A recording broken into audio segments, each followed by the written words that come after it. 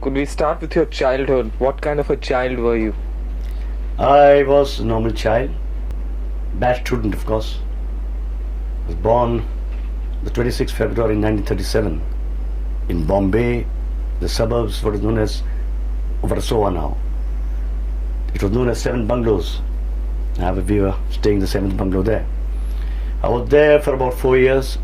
Then my father died, and we came back here to this place called Khetwadi where I stay, where I have my office now. And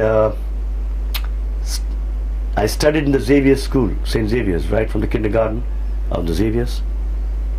Good education, good school, bad student. That just goes to prove a point that school may be very good, but the student has no application to learn, he won't learn. Instead, I played cricket. I was a school captain for the Giles Shield, played a lot of cricket, table tennis, badminton, and I gave credit to my mother, who gave me all the facilities, who never made me feel the loss of my father, gave me all the comforts, everything that I wanted to do in life, I could do thanks to her. And a good childhood, normal childhood, very playful. And of course, I used to fall in love every now and then. Every 4 or 5 years I used to fall in love. Now they call it, the word is, you were fascinated. It was fascination or infatuation. It was not love. I remember I was in love with a girl at the age of 5. Then I fell in love at the age of 12. And then finally I fell in love with a girl with whom I got married. At the age of 18. I got married to a girl who used to stay just opposite my place here right now. And we got married in 59. Had a marriage for 19 years, and I lost my wife about 9 years back. That's it. How did you fall in love with her? What was she like? Her name? My wife's name was Jeevan Prabha. You won't believe it if I tell you. It'll sound like a filmic scene, but the fact, now I'm going to put it in one of my films. You see, she stays right opposite. She used to stay right opposite my place. For 2 years, I used to see her going to school here. And I didn't have the guts to say hello to her. I would run around, go on the other side of the lane, come from this side, walk, and decide that today I'll smile at her and say hello to her. But every time she would pass by, she would give me a look, but I used to get shit scared and I couldn't say hello. This went on for 2 years. I just didn't have the guts to say hello to her. And then one day, like an idiot, there's a place called Gaiwadi here. I ran to her. She was running. I ran to her. It was monsoon. I said, "Listen, isn't your name Jeevan?" I said, "Yeah." "Your name is Manmohan." I said, "Yeah." That's it. I said, "Fine, thank you." I ran back in the traffic and I was very happy. Then 1 month later, I went back to the same place, and she was going towards that time she was studying there was an art school. She was in art school, and I followed her. I ran after her. I shouted, "Jeevan, Jeevan, wait, wait." I said, "Yes." I said, "You know something? I'm in love with you. Are you in love with me?" In the middle of a road, I'm asking her the question, and she said, "Yes." I felt so happy. I tell you, I went bonkers. I went berserk. I came home and I said, "This is it." Then I believe she told me after I got married that she went and told her people back at home, "This boy came, asked me on the road, 'Are you in love with me?' And I said yes." So they fired, "Why you said yes?" So they asked me, so I said yes. And then I was called to her place. And I was scared now that I'm going to go to a place, her people are going to beat me up. How can you ask a girl on the road, "Are you in love with me?" I said, "I'm definitely going to get a walloping." I told my brother, "If I don't come out in 10 minutes, you better come up." I went, I was treated nicely, they talked to me. Her mother spoke, her sister spoke, and gradually I started wooing her, and within a period of a year and a half, I proposed to her and we got married in 59. Did you sing songs to her? Songs to her? No. I never sang songs to her. But I used to tell her that I sing, and I used to sing quite well when I was in the Xavier's College. I used to sing quite well. But I said, I'm not. I used to tell her nice things. I used to whisper nice things to her. And it was a lovely experience I had. Is there anything about her in your heroines? Yeah, there is. She had lovely long hair. And I told her, maybe I've fallen in love with you because you have lovely long hair. So if you notice, I try to see that the heroines in my films have nice long hair. Well, most of them, of course, wear wigs. So never mind, have long hair. What attracted you to filmmaking? You see, filmmaking is in my family. Our family dates back to 1931 when my father, late Mr. Amitabh Desai, he produced about 32 films. Of course, there were stunt films. He made about 32 films between 1931 and 41. He died in 41, November. So he started films. We had our studio, Paramount Studios, which is now known as Filmalia Private Limited. Those are our studios. Then he died in 41. Then my mother and brother, they became distributors. We released Mr. Devendra Goel's first film, Aankhein. Then we released Ada. Then we released Bawre Nain. Bawre Nain flopped, and that was the last of the distribution. Then my brother started producing films in 1955 with Satyana Kanya. Then he made Janam Janam Ke Fere, which had the super hit song of that year, Zara Samne To Aao Chaliye. And since I was a lousy student, I passed in SSC with 35%, but I got into the college, Xavier College, because I was a cricket captain. I had to play very, very good cricket. But then instead of playing cricket in the college for 2 years, I was chasing girls. And I was wooing my wife. So they threw me out of the college. So I told my brother, no, look, I'm out of the college and I want to join films. So I became an assistant director to my guru, Mr. Baubhai Mistry. He was directing for my brother, Samrat Chandragupta. And I assisted him in 2 films, Samrat Chandragupta, Bedar Zamara Kya Jane. Then my brother said, are you ready for an independent break? I said, sure. Whom would you like? I said, I'm a great fan of Mr. Raj Kapoor and Nutan. Could you give me this artist? He approached them and I got them. And that's how my career was launched in 59. But Raj Kapoor had reservations about working with you? Not reservations. He looked at me and he asked my brother, are you sure? He's the director, he's 22. You sure he knows his job? I said, yeah. You try him out. If you don't like him, we'll change it. But he didn't tell me this.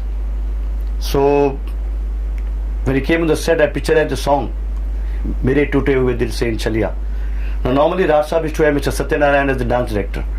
So when he came on the set, he said, where is Mr. Satyanarayan? I said, what on earth do you need him for? It's a song. I'll picture as a song. So you? I said, yeah. I said, I've studied you so well in Avara. I've seen your Avara 14 times. I've been seeing your films. I'm a great fan of yours, so I'll know what expressions I want of you. So I pictured as a song at Central Studios, which is the air conditioning market now. I pictured it in 3 days, no dance, nothing. And I was bubbling with, our youth on my side. And I pictured the song in 3 days. Beautiful taking, beautiful expressions I got. I said, look, you should do in that film this expression. In Avara you did this, I want that expression. Then my brother had the song edited. He took it to RK. He showed it to Raj Sahab. And I believe he saw it 4 times. At that time he was working in some films of Mr. Nanda, Mr. R.C. Talwar, and these people. He showed them the songs. He said, look, this is the boy. This is the work of a boy of 23-year-old. No dance, nothing. He said, your brother is on. That's when I came to know I was almost on a trial basis. Could you give us a little demonstration of what you did? Demonstration of what I did? What were the exact movements? Oh, I should tell him, look, I want you to do what you do always. Like you sang that song, said, Mere toote hue dil se koi to aaj ye pooche कि तेरा हाल क्या है कि तेरा हाल क्या है. So I said, look, you do what I'm saying, but I'm doing what you used to do in Avara. So please do what I'm doing. And I copied his hand movements. He used to watch me. He said, you have really studied me well. I said, yeah, I have. I said, do this way, do that way, and I pictured the song. And most of the songs in Chaliya later on, also a lot of songs I did on my own. Then of course I got Mr. Satyanarayan for certain songs where he had to do movements. But the film didn't do well. Film was more appreciated in the trade and the press. The box office did quite well, but I got a lot of appreciation for the film. How come you were jobless after it? Yeah, that's a nice question. I was jobless after that. We made a film called Bluffmaster. We had stars problem then. I wouldn't like to name the stars now, it's an old story. The film was 8 reels completed, and then certain people wanted the film to be scrapped, to be reshot in color, because Jangi was released then in color and it had become a big hit. My brother said we can't make it in color. Then my brother ran into a lot of financial problems. We had signed Dilip Kumar. For 2 years he backed out for some reasons best known to him. No regrets. Then somehow with great difficulty we had to complete that film. And it was an unfinished film, Bluffmaster, that was released. And I would like to mention, if not for the cooperation of Mr. Shammi Kapoor, that film could not have seen the light of the day. It was thanks to his cooperation we could complete that film. And you know, an incomplete film, when I was not satisfied at all, the film didn't do well. And as they say that you're as good as your last film, people forgot about Challi. And there I was back with no work. This very building when I'm sitting here now, I had to reside down the ground floor. I had to sit at the window for months and months together waiting for a producer to come. I remember one Mr. T.M. Bihari approached me for a film. He gave me 100 rupees signing amount. I was very happy. He said, I'll give you another 400 more within a day or two. I waited and waited. I should tell my wife, look, our producer's coming to have some lunch ready, have something ready. He never came. So the 100 rupees signing amount given to me way back in 61, 60 still lying with me. Very funny. Once I met him, I was getting afraid to meet him. I said, do you remember me? You gave me 100 rupees. Don't ask the refund because if you calculate interest, it'll be a lakh of rupees now. He was laughing. So I had no work for about 3 years, 4 years. Then I had to write script. I wrote the script of Rajkumar. I wrote the script of Ada with my friend Mr. Vinubhai Kothari. We had a lot of time on my hand. And then I had an offer to direct a mythological film. My wife said, no, no way. Once you get branded in the mythological, you won't be able to get back into social. We'll manage our household somehow. We'll find out, we'll fight out. We'll sell anything we have, but you don't wait, a break will come. And then thanks to my friend Shammi Kapoor, he offered me a film called Badtameez. It was an incomplete film because the late Bhagwan Das Verma died. And he asked me to complete it. And I got going with that film. I completed that film, changed the script, completed. And thanks to Shammi, I got a film, and the film did fairly well. I was back again in business. In that I met, during the making of the film, I met an actor called one Mr. Kamal Mehra. He offered me his film called Kismat. And that's how things started rolling. And I made a film called Vada. That was about 8 years completed. It was the most brilliant script. One of the most brilliant scripts ever to have hit the Indian screen. I could have said that. After Mother India and Andaz, they could have said one of the most brilliant scripts. But that film was not destined to see the light of the day. After 8 reels, it was scrapped. The producer couldn't make it. But if you see the 8 reels now, they are mind-boggling. And what I am little today, Manmohan Desai, I could have been then with that film. But I was not destined to be this Manmohan Desai. I had to wait till the 70s to become this Manmohan Desai. What was Vada about? It was a love triangle, beautiful love triangle. I shot with Shashi Saira and this is Jitendra. 2 boys, 1 girl. It was more or less like Fanny. He falls in love with a girl. Fanny, the boy is thought to be dead. She gets married again. The first husband comes back. Here I had a sequence of Pakistan. I had shot this portion indoors. When Shashi Kapoor gets married to Saira, he's swept up in the river Jhelum. And even now, River Jhelum, the logs of wood, they go to Pakistan. He's swept away and he goes to Pakistan. There he's captured, he's held as a spy. He can't come back for 2 years. Here Saira Banu is in a family way. This girl, her name is Sonali. And she gets married to an army officer called this chap, played by Mr. Jitendra. So what's so unusual about this? It's a lovely story then, in 67, mind you. Later on they made a film on this basis called Ek Ful Do Mali, and which was a runaway hit. It was a lovely script, lovely emotional script it had. What were the highlights of one, Bluffmaster, and second, Badtameez? Bluffmaster had one highlight, Govinda. Nobody before, nobody since had the guts to picture Govinda Ala Re Ala in the streets of Bombay. The very streets you are seeing down here now. I pictured with Shammi Kapoor in the very streets of Gaiwadi, Thakurwadi, Khetwadi, all these lanes and by lanes. We shot live this song without a dance master. I had no dance master, only Shammi and I, we managed the song, and we did that sequence into the major highlight in the film. Many people did that in color later on. No way it would come anywhere near that. Badtameez had nice songs, picturized them well, good situations, well picturized. I shot all the songs of Badtameez myself, because the producer had no money to pay for the dance director. So I did it myself. And did fairly well. I believe the film did fairly well, otherwise I wouldn't have got offers. You put its heroine in a swimming costume. Yeah, I did it in Badtameez. That's right, I put Sadhna in a swimming costume. And Sun and Sand had just opened, I believe, the hotel. And we picturized a song there. So did you want to sell the sex angle? No. Didn't want to sell the sex angle. Didn't want to sell. It was supposed to be a light comedy. As a young man, what were you like, say in your teenager? You see, I had a problem. I was a stammerer in my childhood. And we were stammering by imitating. One of my cousins was a stammerer. So I became a stammerer. And a very big complex regarding the stammering.